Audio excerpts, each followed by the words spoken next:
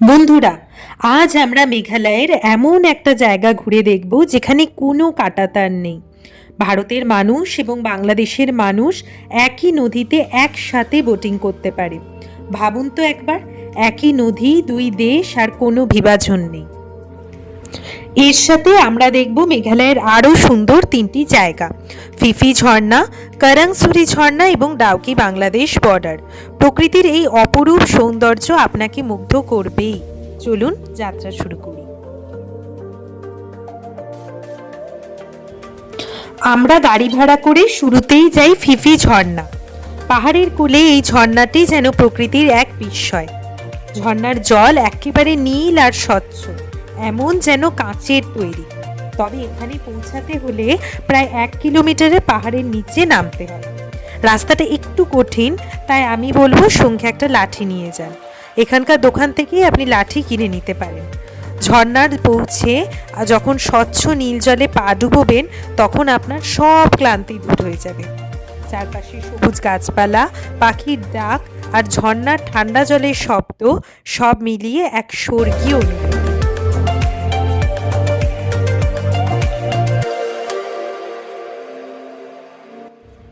এরপর আমরা যাই করংসুরি ঝর্ণা।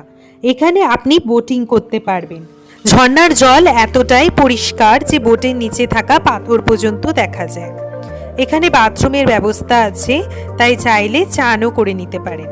আর যারা রাত্রিবাস করতে চান, তাদের জন্য ক্যাম্পিংয়ের ব্যবস্থাও রয়েছে। এই জায়গার শান্ত পরিবেশ আর ঝর্ণার শব্দ মনের মধ্যে এক অন্যরকম প্রশান্তি এনে দেয়। এখানে বোটিং করার সময় প্রকৃতির সাথে একেবারে মিশে যাওয়ার অনুভূতি হয়।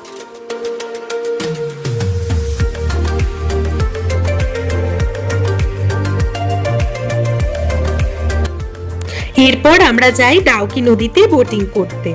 দুপুরে হোটেলে চেক ইন করে খাওয়া দাওয়া সেরে আমরা নদীতে নামি।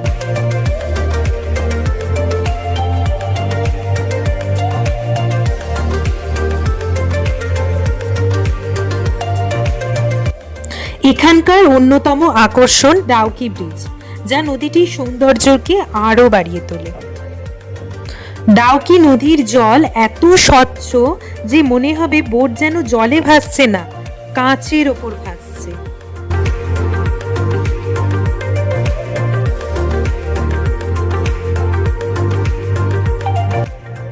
বোটিং করার সময় আমরা দেখলাম বাংলাদেশের মানুষও তাদের দেশের দিক থেকে বোটিং করছে। ডাউকি নদীতে কোনো কাঁটাতার নেই, দুই দেশের মানুষ একই নদীর সৌন্দর্য উপভোগ করছে। এটা একেবারেই অনন্য অভিজ্ঞতা আমার জন্য।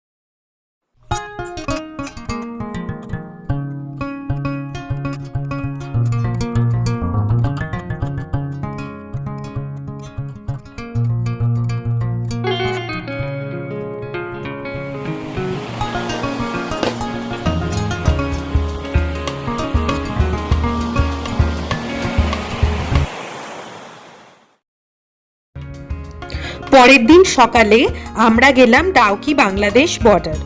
এখানে ভারতের শেষ সীমান্ত এবং বাংলাদেশের শুরু। দুই দেশের মানুষ এখানে আসা যাওয়া করে।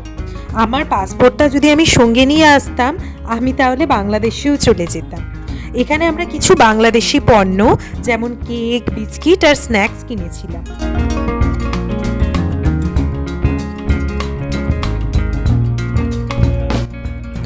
ডাউকি সীমান্ত, প্রকৃতি আর মানুষের এক সুন্দর সংযোগ। এখানকার ছোট্ট বাজার, খাবার আর আশেপাশের পরিবেশ পুরো জায়গাটিকে অন্য রকম করে তুলেছে। হাই, আমি সুদেশনা। ভিডিওটা কেমন লাগলো কমেন্ট বক্সে জানাতে কিন্তু একদম ভুলবেন না। আপনার মতামত আমার কাছে কিন্তু অত্যন্ত গুরুত্বপূর্ণ। আচ্ছা বন্ধুরা, আপনারা কি কখনো ডাউকি ব্রিজ দেখেছেন? বাংলাদেশের দিক থেকে দেখতে ওটা কেমন লাগে? যদি কেউ সিলেট থেকে ডাউকিতে ঘুরে থাকেন আমাকে কিন্তু কমেন্ট করে জানাবেন। আসলে আমি কখনো বাংলাদেশ যাইনি, তাই ওপার থেকে দেখবার সুযোগও আসেনি। তবে জানি না কবে যাব, তবে আপনারা চাইলে ডেফিনেটলি একদিন যাব। তো যাই হোক, শিলং থেকে ডাউকি কিন্তু মাত্র 60 থেকে 70 কিলোমিটার। সিলেট থেকেও দূরত্ব প্রায় একই।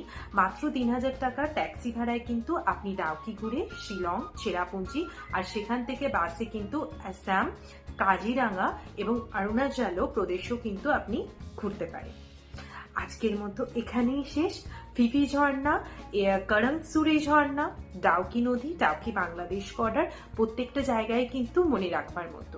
ভিডিওটা ভালো লাগলে লাইক, শেয়ার আর সাবস্ক্রাইব করতে ভুলবেন না। যারা এখনো পর্যন্ত আমার পেজটাকে ফলো করেননি, প্লিজ একটু আমার পেজটাকে ফলো করে দেবেন। দেখা হচ্ছে খুব তাড়াতাড়ি নতুন একটি ভিডিওর সাথে। ভিডিওটা সম্পূর্ণ দেখবার জন্য অসংখ্য ধন্যবাদ। নমস্কার।